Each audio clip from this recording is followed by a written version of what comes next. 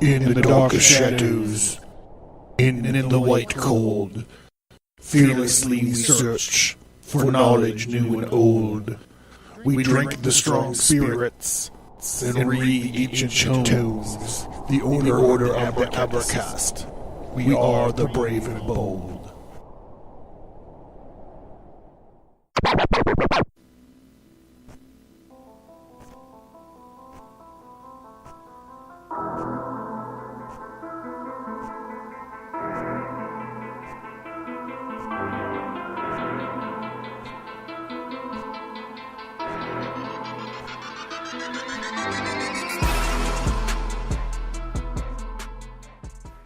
The Ages begins with the shocking story of Cain and Abel and the journey of violence and revenge spanning thousands of years, following Cain through his cursed life from an ancient invasion of malicious angels to the American Revolutionary War.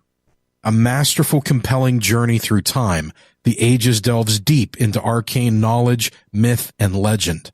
The art is stunning, and the story takes you on a journey where mortals, immortals, angels, and demons are all forced to deal with the folly that is God's creation. It's a beautifully dark and gritty ride through history. This 4-part story follows the astrological procession of the ages and how each 2,500-year age parallels major changes in the development of Earth's inhabitants. Cain's blasphemous struggle with the divine and sacred tyrant God will create and crumble empires, shape history, and cause a cosmic cataclysm.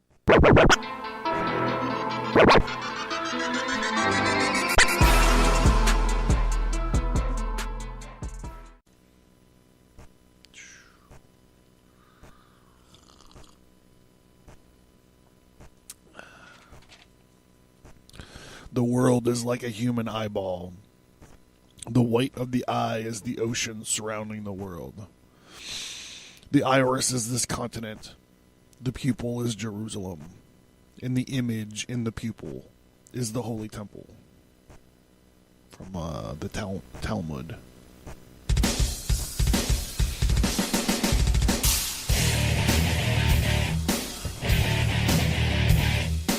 Nazi punks! Nazi punks! Nazi punks! Fuck off! Nazi punks! Nazi punks! Nazi punks! Fuck off!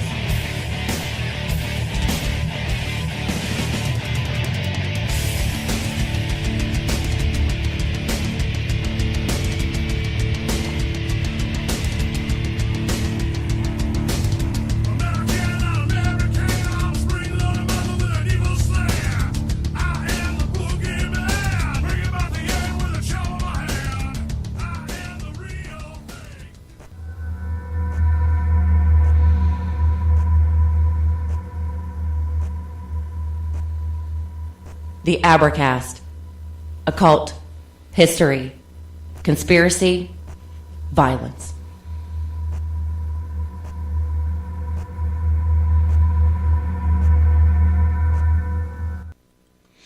All right, welcome everybody to the Abercast. I'm John Towers, your host. Thank you for tuning in. I appreciate it. Go ahead and before we get started, I'd just like to encourage everyone to spread the disease. Rate and review the show. My rate and reviews are getting lonely. I'd like to encourage everybody to tell a friend about the show. If you're a weirdo that likes the topics we talk about, you probably know another weirdo who likes the other topics that we talk about. And you guys can talk about the topics together. The best way to support the show is I'd like to encourage everyone to pick up a book or two. It is the season. Who wouldn't like to read some bullets, booze, blood, and blasphemy for the holidays? I hope get you through the craziness. So it's www.stigmatastudios.com for all that. Even the new stuff, at least one of the new books is out already. Revenge in a Saloon Called Hell. There's still a call out for music. Any genre, any milieu, please don't make or allow me to rap anymore. If you guys don't listen to the ends of the show, I do a decompression segment where I usually play some indie bands or some friends' bands or something.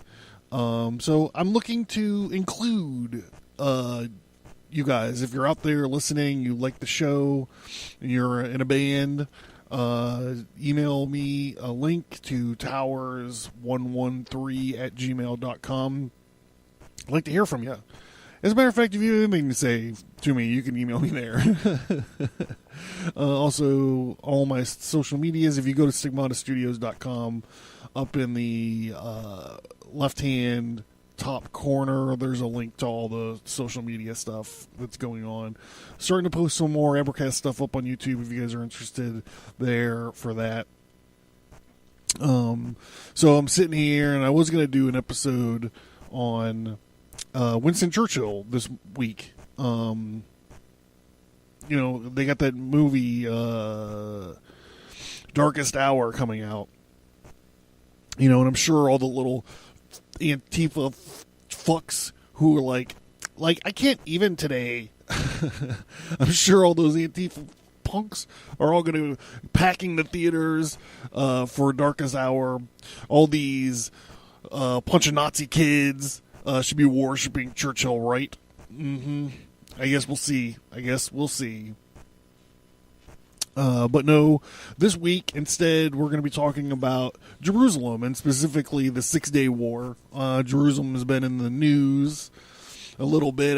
Everyone's running for the hills, thinking that World War III is going to be starting, because we're finally acknowledging Jerusalem as the capital of Israel, like every president, including Bill Clinton, has said they were going to do this. None of them have.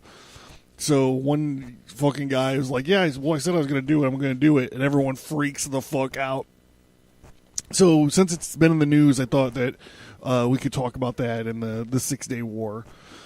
A lot of the information coming from here is from this great documentary I found called 6 Days in June. So there's a lot of the stuff is about that, and this is a huge and complicated topic. So if you're a student of this history and you notice that I gloss over something, specifically something that you think might be important to this, you know, feel free to drop me a line or tweet at me or whatever. But I think that I went through and I picked out the important parts. Now, also, I am planning on doing another episode about this, so the information that I have assembled tonight is going to get us just to the start of the 6-Day War. So, like I said, I did gloss over some stuff, but I think that the main, the main pieces of the story, I think are set up pretty good. Like I said, if you know what you're talking about more than I know what I'm talking about, shoot me an email. Or if you want to debate it or whatever, let me know. This is dealing with events in history, and I'm gonna try not to judge the participants of this war too harshly or personally. Now, of course, I'm not perfect, so I am going to do it a little bit, but just know it's not coming from a place of, I don't know. You know what I'm saying. Oh, God. Yeah. Yeah. Okay, so this great documentary, 6 Days in June, it is on Netflix, I believe. So mix up your gin jihad and drink from the jar deeply, my friends. Tonight, we may be surrounded by 5 nations of our enemies, but in 6 days we will emerge victorious. Tonight, I will tell you the story of the 6-Day War.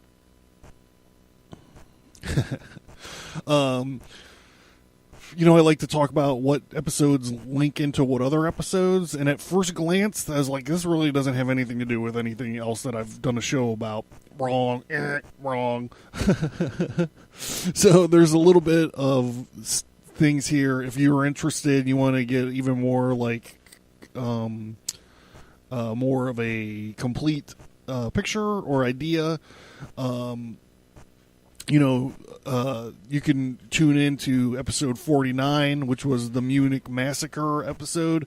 I included that as just kind of like, you can kind of get to see this Israeli intelligence kind of capability, and also that episode speaks a lot to like their headspace and timing. Like, that episode really shows what they are willing to do, to people that are their enemies, that act against them. Also, I'm going to get talking about the Ba'athist Party, made famous by Saddam Hussein. So you might want to check out episodes 67 and 68, which is my 2 episodes about the last great tank battle of the 20th century. That's 73 Easting. There's also we also get into the Ottoman Empire a little bit, so we want to check out episodes 27, which was the Armenian Genocide. I'm not sure if that's right. Or episode 33, which is the real story of the Impaler Lord Vlad Dracul. And specifically, that episode is featuring the night battle at Turgovista. So that gets into some of the Ottoman Empire stuff.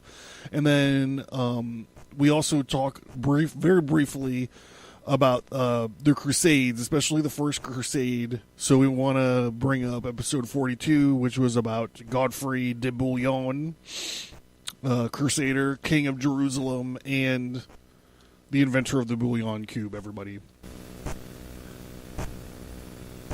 Hey, everybody. It's me. I just wanted to say that I know this is not going to go over well with a lot of people, this episode, these 2 episodes, but I just want to remind everybody that we do military history here from time to time.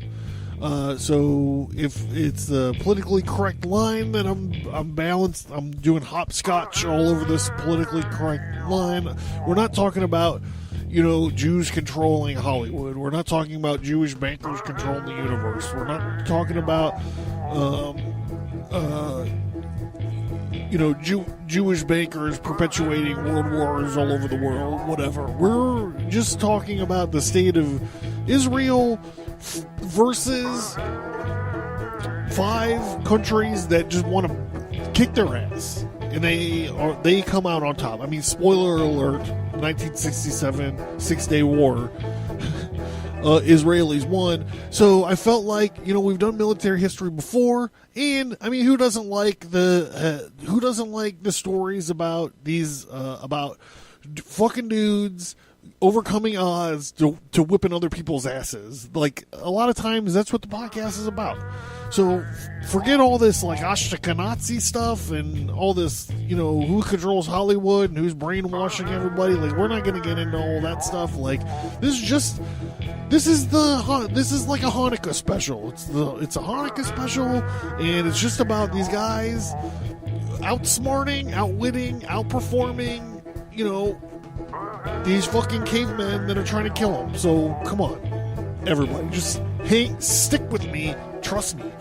I know I'm holding my hand out to you. Just trust me. These are 2 great episodes, no matter what you think. Like, just don't come in here with preconceived notions, and just let me tell you these stories.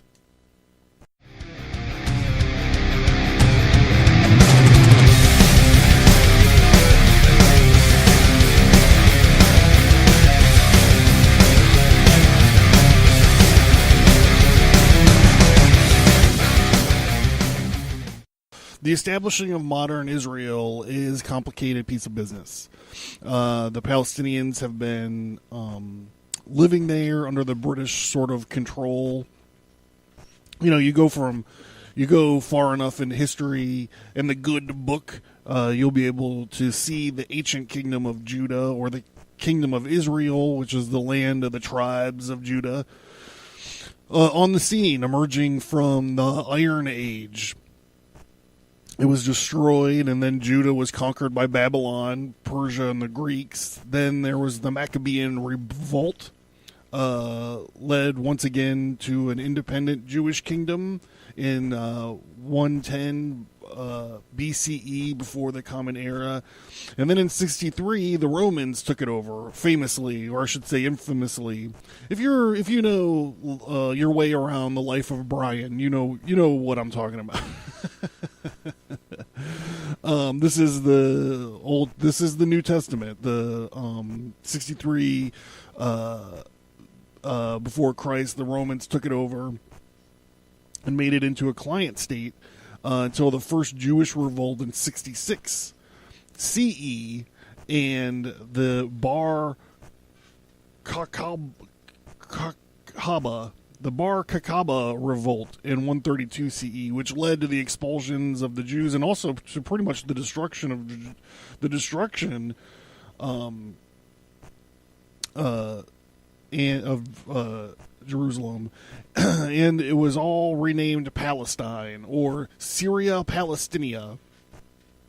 So this is all up until the point was Jews maintaining, being subjugated, revolting against, battling for thousands of years. The Muslims aren't even on the scene yet. This is thousands of years before Islam. These guys aren't on the scene yet. It's just something that I want you to think about, especially when we get up to like the PLO and all of this stuff.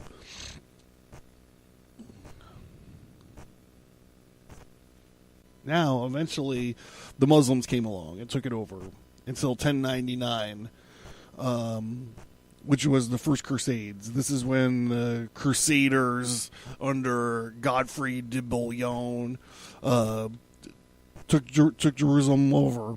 Godfrey had become the king of Jerusalem itself. And he kept it until eventually Egypt took it. And in 1517, the Ottoman Empire took it. And then later, Britain took it. Like I said, I'm sure I missed some linkages here. I just kind of wanted to get a perspective on it because, it's everybody's had it. And it, like, this area, like whatever emerged from the Iron Age. If you read Genesis, you go back, you read Genesis, and it's like a lot of, I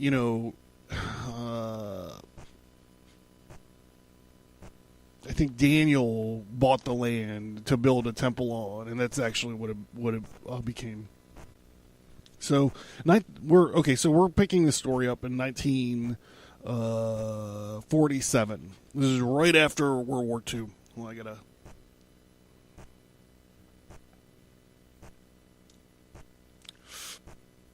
there was the formation of the United Nations. The United Nations set up shop there in New York, and their stated goal was to stop any more world wars happening. They're like, look, we're going to be there. We're going to have peacekeeping forces. We're going to be able to mitigate and help negotiate. We have like all these third world despots on our security council, like they're gonna like really help us out, and it's gonna be great. We're gonna stop crazy shit from happening all over the world, just by this, just by the founding of this organization, this institution. So keep that in mind as well as we go on. The United Nations adopted a plan to partition Palestine, creating two things: creating an independent Arab state and an independent Jewish state. The Jewish Agency, which I don't really know a whole lot about that. It seems like they were like, okay, we speak for the Jews now. Anyhow, they accepted the plan, and predictably, all the Arab nations around it rejected it. So, quick aside here. Because we're going to talk about why it was chosen, why the Middle East was chosen. So some people point at this as a whole fucked up part of the situation. Like, why does the Jewish nation need to be set up here, like in the middle of this Palestinian area, surrounded by these Muslim Arab nationalists, in a lot of cases socialists. states. So besides their traditional homeland business, which, I'm sure a lot of you are going to be like, whoa, hold on. This wasn't their traditional homeland. These are not the same Jews. They got kicked out of Palestine. Okay. So like I said, I'm just going to take that off the table. I mean, literally, but I mean, there is something to be said for their traditional homeland. I mean, literally, it's the fucking Iron. It goes back to the Iron Age. So these Arab nations actually needed to pay. And you're like, oh, you can't fucking say that. What do you mean they need to pay? They, as 100% of the time, they picked the wrong side in World War II. And people, to this day, still get blown away when I start talking about this. There was, it reminds me, there's some dumb Eminem song from back years and years ago, or rap or whatever. And Eminem was rapping with this dude, Royce da 5'9". And in the song, it's called When Bad Meets Evil, and it sounds like it's supposed to be like a Western. It starts out with it going this saloon, the ghost of Slim Shady and Royce da 5'9" still reside here to this day. And if you listen real quiet, you can hear the story of when bad meets evil. So one of them is bad and one of them is evil, or one of them is crazy or one of them is evil. It's whatever. But in the song, Royce da 5'9" raps out this lyric where he goes, "It's crazy. It's like the nation and the Nazis collaborating," meaning the Nation of Islam and the Nazis collaborating. This is an inconceivable concept to this guy, right? And it's it always made me shake my damn head, even before shaking your damn head was even a thing. SMH or SMDH. Before that was even a thing, I would always just shake my head, and I try to explain to people that the Nation of Islam and the Nazis collaborating is not a crazy, inconceivable concept. Of course, the Nazis and the Muslims get along, at least on some sort of surface level. Why, do you ask? Doesn't the racial boundaries of these German Nazis have a problem with, these Arab non-Aryans? No, you're missing the point. They share their common goal is to kill Jews. Click. I can hear everyone just clicking off right now. They don't want to fucking hear this, but listen to what I'm saying. Hitler one time said in a speech, quote, "The peoples of Islam will always be closer to us than, for example, France," unquote. He said this about his next door neighbor.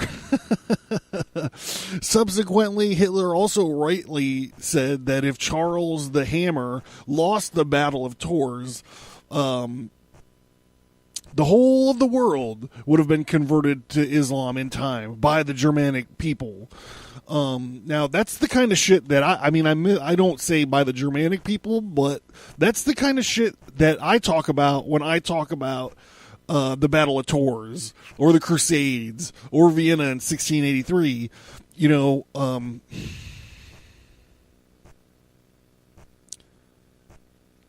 That's the kind of shit I talk about. I remember one time I was on a podcast and I was talking, I was on the Night Story podcast for some Christmas episode, and I was talking about these different Christmas myths and the pagan roots. And Dan Foytik, who was running the show back then at the Night Story, asked me, he's like, well, is there any redeeming qualities to the church? And I said, yes, if it wasn't for the church, you and I would probably be speaking Pishtun, and we probably have to kneel down and worship to the east or whatever 5 fucking times a day. That, the church is the reason we don't have to do that. Charles the Hammer Martel is the reason we don't have to do that. King Jan Sobieski III is the reason we don't have to do that. All these crusaders probably had something to do with why we don't have to do that. So, getting back onto this Nazi thing, look, jihad means literally my struggle. So does Mein Kampf. You know what I'm saying? It means my struggle. So I'm going to read this real quick. This is right from Wiki. Oh my God, my voice.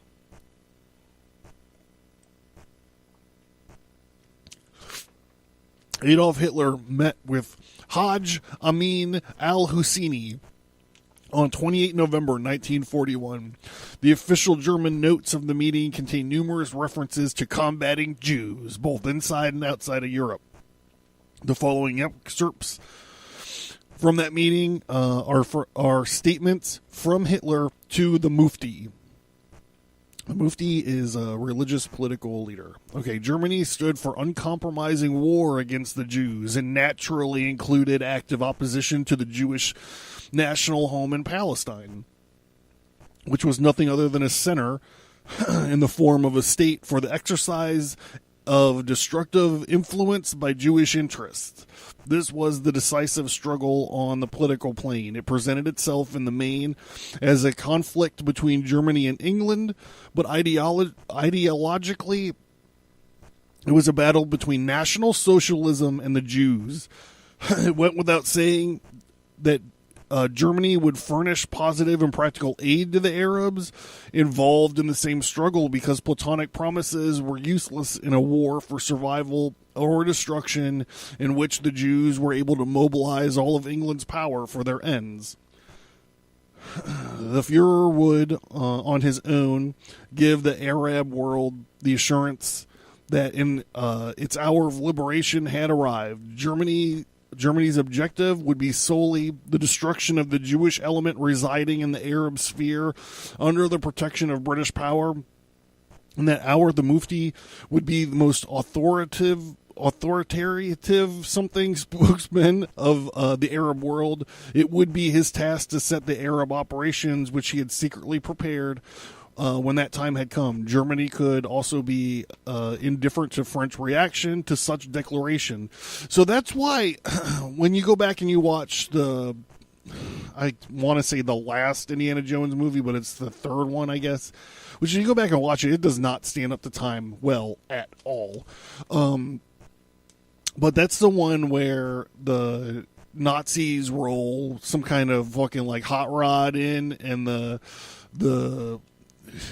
prince or sheik or whatever is like, ooh, is that a whatever? He fell in love with the car, so they're like, yeah. He's like, yeah, I'll work with you. What do you need? Do you need some camels? You need a tank? Like, yeah, just give me your car.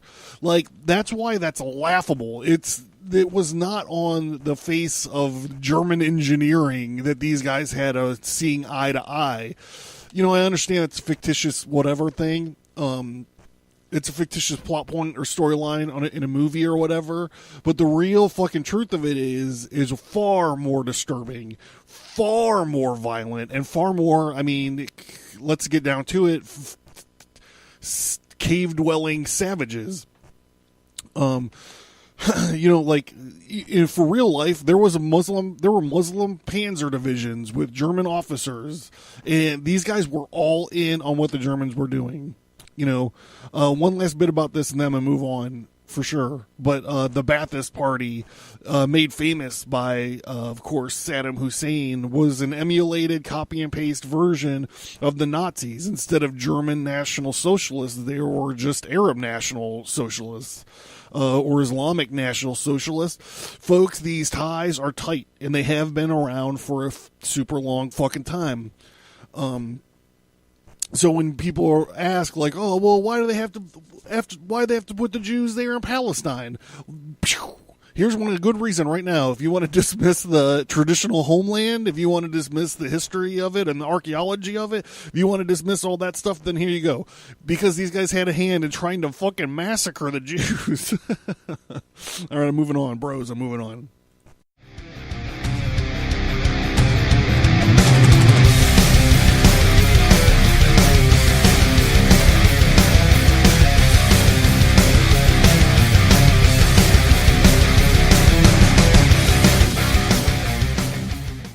All right, so we're going to move on away from my passionate ranting about Nazis and whatnot. So in 1947, 1948, in an attempt to stop the state of Israel before it really got going, sorry, Justin Rimmel, on May 15th, 1948, at the end of the British Mandate, Transjordan, Egypt, Syria, and Iraq invaded the Israeli partitioned area. In July 20th, 1948, when the action officially ended, the results of the first Arab-Israeli war was that Israel defeated the larger organized force of the Arab coalition. I don't know if that's what it's called. That's just what I called it.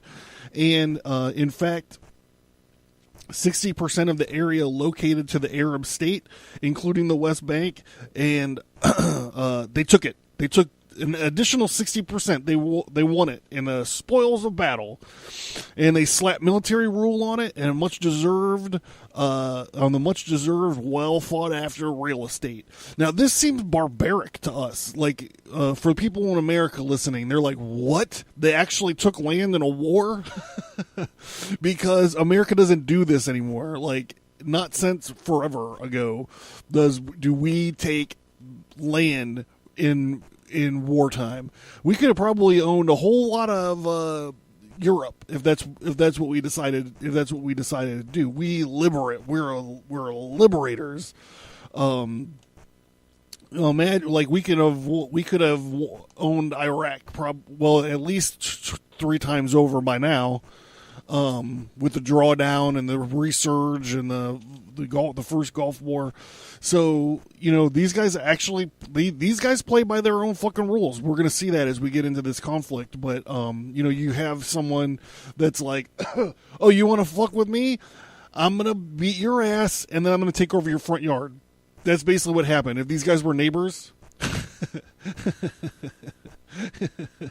they whipped the whole neighborhood's ass and was like, I'm taking your front yard and your front yard and your fucking front yard too. I'm taking all your front yards.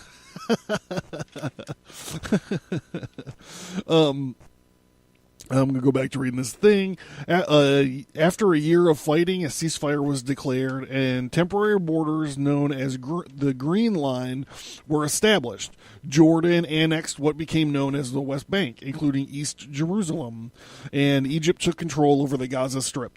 The United Nations estimated that more than 700,000 Palestinians were expelled by or fled from advancing Israeli forces during the conflict.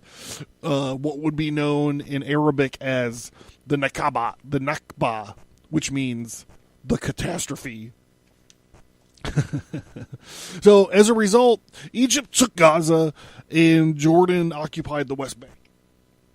Then Egypt started an arms/diplomatic relationship with Czechoslovakia. They were buying guns from Czechoslovakia, which led to them creating a diplomatic and arms purchasing, I guess, relationship from the Soviets, who were the Reds, the fucking commies, So at this point in history, this starts to become, and everything going forward this morphs into a proxy war between the superpowers. It morphs into a proxy war between America and Russia. Oh, hold on. I forgot to mention. Let's see how fast I can do this. I forgot to mention when I was talking about the episodes and stuff this links to. This also links to one of the episodes we just talked about. I'm trying to find my episodes.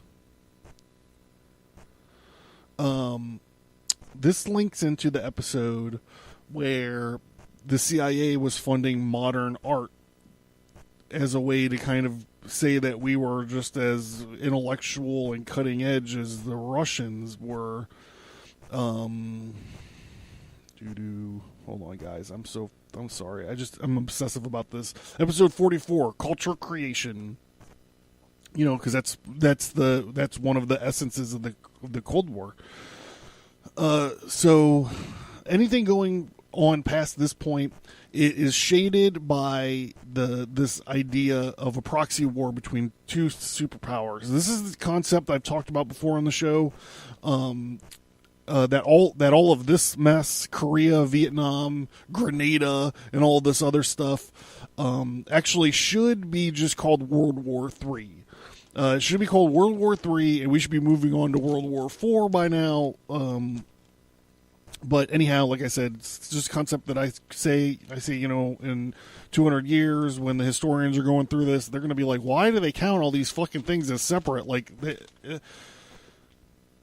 you know what I'm saying. So away with it. Hold on, I'm going to take another break real quick.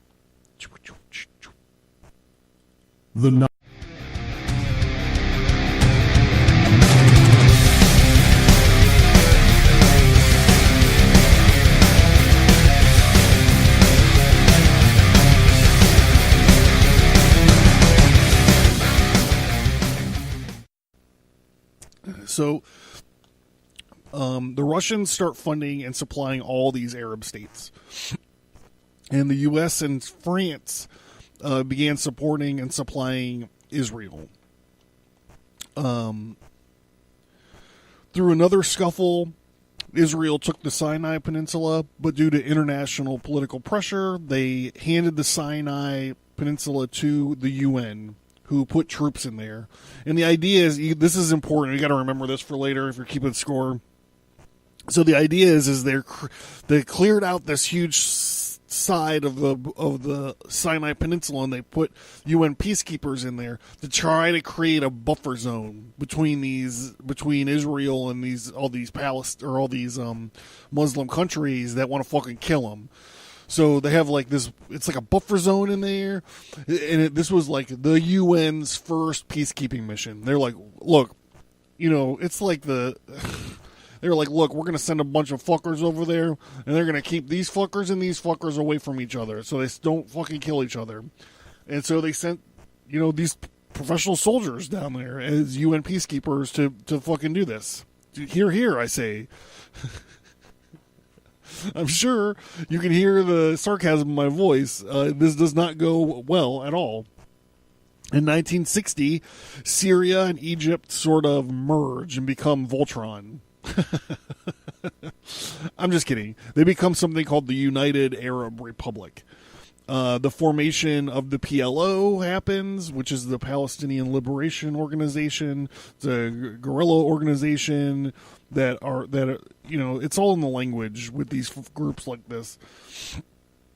In 63 and 66, the Ba'athist Party gets put into power in Syria.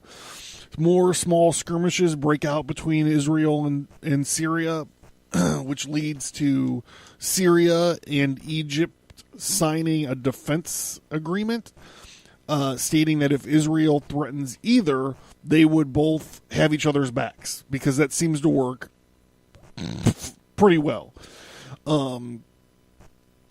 It does seem to work pretty well. Not. Yeah, right.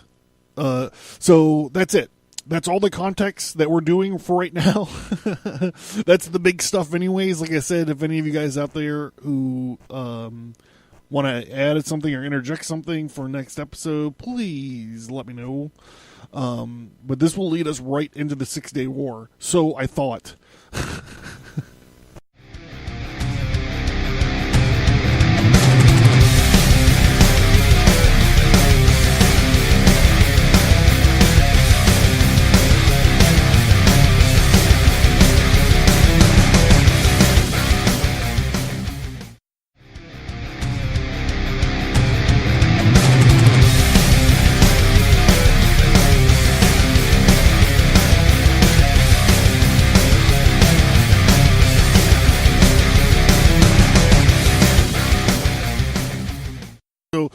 At the time this is all going down, the guy who runs Egypt in 67 is named Gamal Abdel Nasser.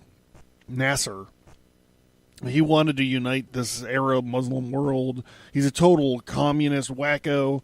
These Syrians are out there. They are run totally by this Arab nationalist, anti-Israeli crazy group. And they are instigating. They're calling the other Arab states pussies because they're not trying to fight these Jews. So here, I need to interject something too. Like when you're dealing with Islam, especially when you're talking about warfare and combat lines, territories, this kind of stuff. It's this thing in Islam where where once you control a land, even if you get kicked out of it, you must take it back. You must take it back. This is one of the things, like, this is why people will just go crazy for Muslim expansion. And they're like, once you're at a place, you know, Muslims might get moved from that place, but once they've took a place, it's your duty to take it back. You know, that's what, like, all this religion of peace stuff. When they're like, we're a religion of peace. Like, once the whole world is Islam, once the whole world is under Islam, you know, it's going to be super peaceful, bro. Super peaceful. So these Jews are hanging out next door, are driving these Muslims crazy, as we are about to see. So Syria starts training these Palestinian commandos to, I don't know, dance, apparently.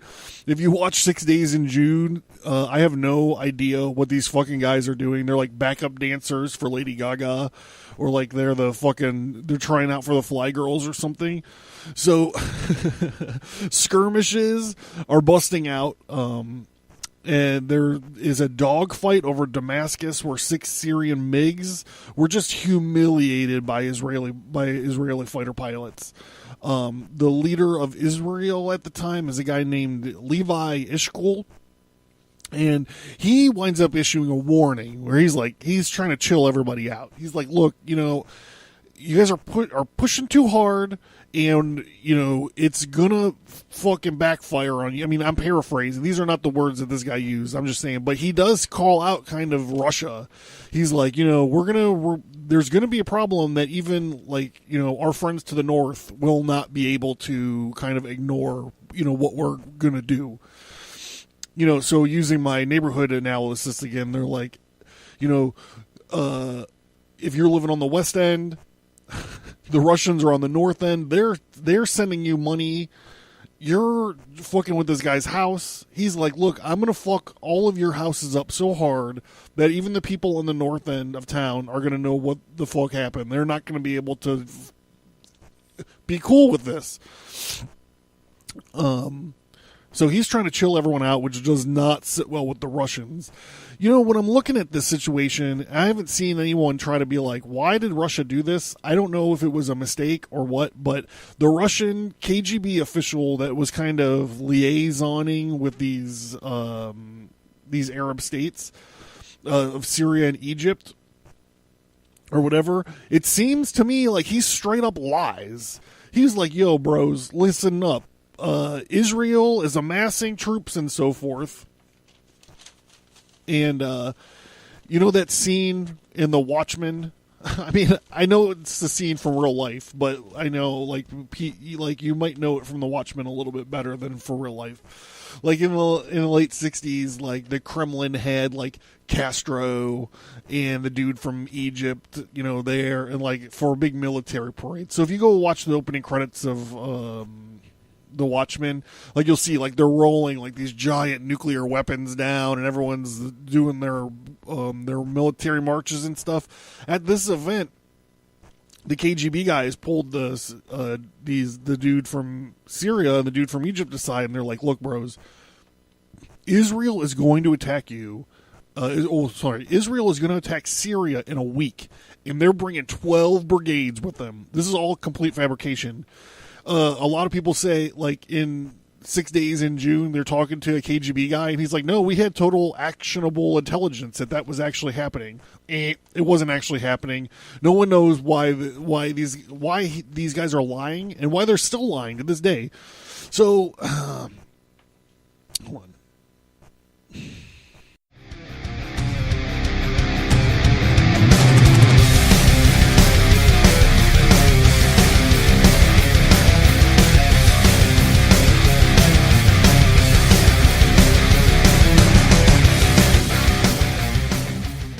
Okay, so remember the Syria-Egypt pact, this defense agreement or whatever?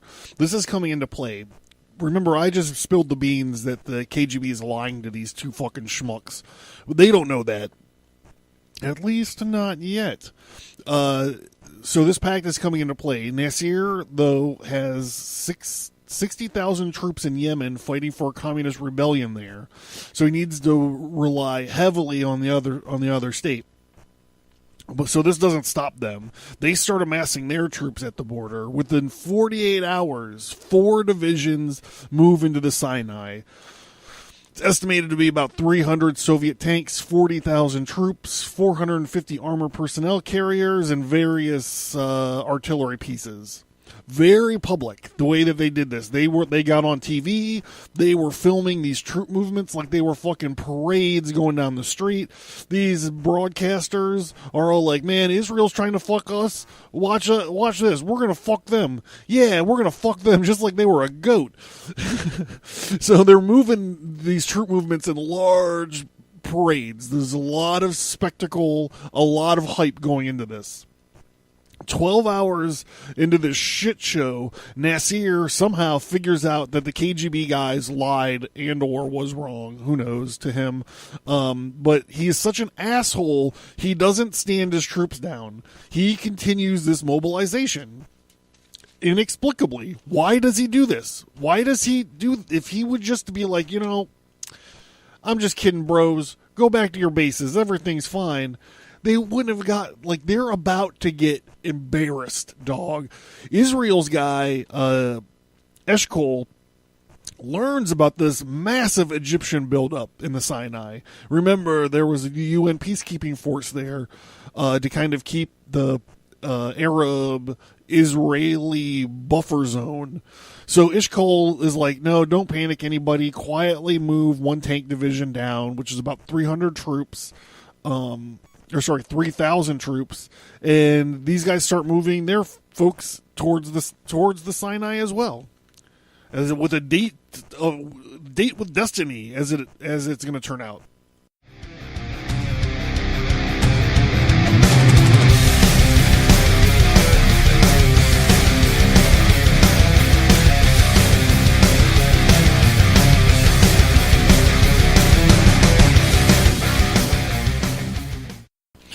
All right, so this Egyptian general goes down to Sinai and he meets with the commander of the UN peacekeepers.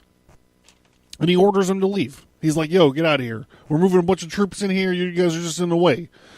The commander of the UN peacekeepers is like, well, I'll send your request to the UN Secretary General and we'll see what he has to fucking say.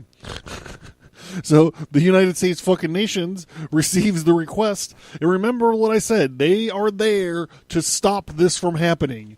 Their thing is to stop these two states from meeting on the battlefield. That's their thing. So the Secretary General gets the request from Nasir. And he unilaterally, without talking to the Security Council, without referring to anybody, was like, yep, get out of there. Get our guys out of there. He gives the order to pull out the peacekeepers. It's their first peacekeeping mission. And he was like, no, man, those guys look serious. They got their guns and their boots and stuff. We should get the fuck out of there. This guy had one fucking job, bro. One fucking job, and he fucked it all up. And these guys pull out. They do it. They pull out. Eshkol looks around and he was like, well, fuck, the UN's gone. I got Egypt mobilizing so far that he knows. I got Syria mobilizing so far that he knows. And I'm just sitting here kind of with my pants down around my ankles. So he looks, of course, to us. He looks to the United States of America. He looks to President Lyndon Baines Johnson for help. And, of course, the standard reply of these fucking yellow fucking Democrats at the time, standard reply from this douchebag was, don't do anything to stress this situation out further. Imagine that. Imagine this guy 24 hours ago was at a celebration. They were celebrating the 19th anniversary or something of the establishment of the state of Israel. He's sitting there listening to some Jew music, hanging out, eating some Jew food, whatever. He's like the president. He's having a good time. He's minding his own business. And all of a sudden they're like, yo, hey, Egypt and Syria are mobilizing tanks along our border. The fucking UN pulls out on him, and he goes, well, I don't know. What is Democratic President Lyndon Baines Johnson, what's his advice for us? Hey, man, don't do anything to piss these guys off. That is a fucking load of shit.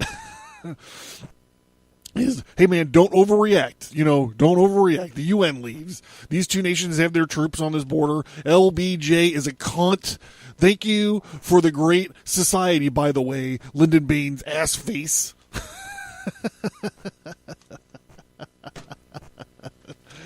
Oh my God. All right, so enough with that. Okay, so the next episode is going to be the wrap up this 6-day war that we're just now getting started into. Bullets haven't start flying, jets haven't start bombing yet. So this is as good a place as any to start, and then we'll do a quick recap at the beginning of next episode and get right into it.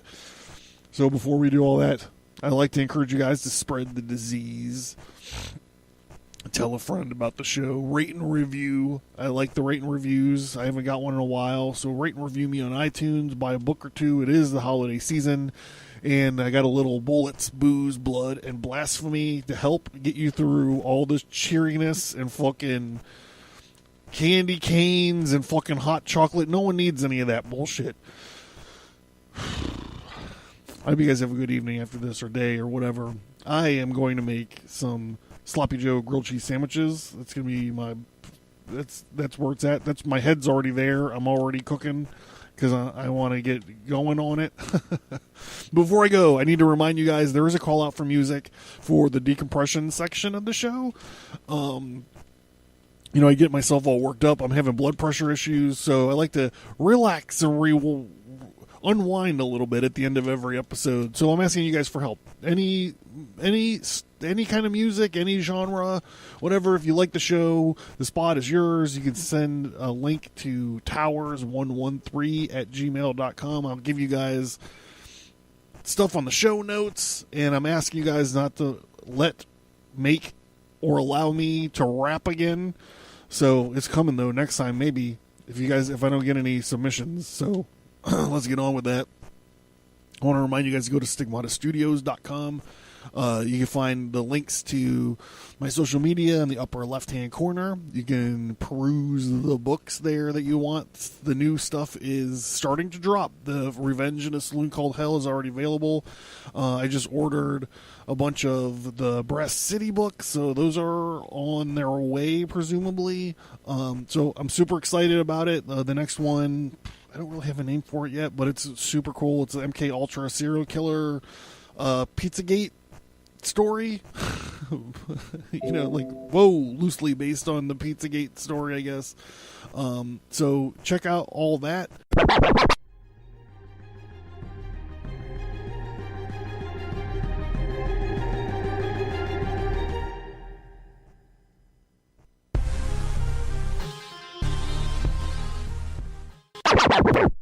Vienna, 1683.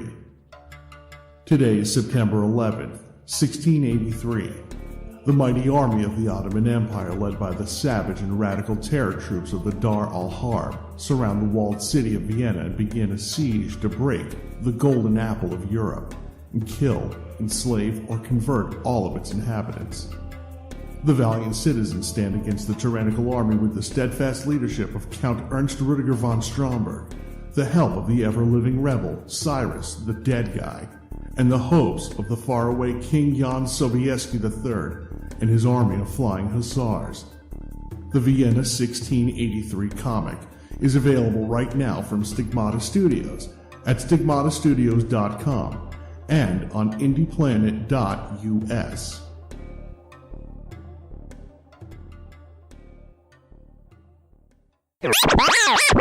The Non-Standard Squad, 1944.